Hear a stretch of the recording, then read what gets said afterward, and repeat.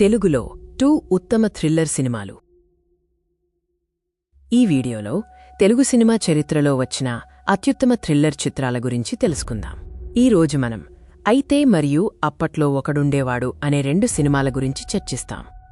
ఈ 2 చిత్రాలు ఉత్కంఠభరితమైన కథలు, బలమైన నటనలు మరియు ప్రేక్షకులని కట్టిపడేసే కథన శైలిని కలిగి ఉన్నాయి.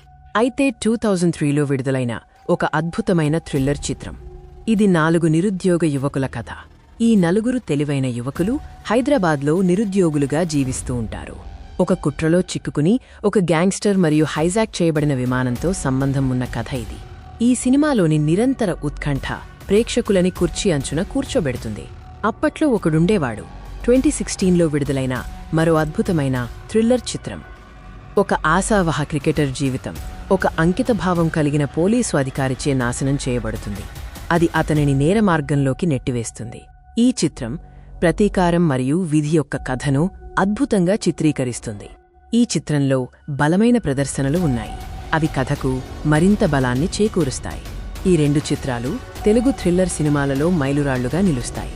మీరు ఈ చిత్రాలను చూడాలని మేము సిఫార్సు చేస్తున్నాము. అవి మిమ్మల్ని ఆకట్టుకుంటాయి.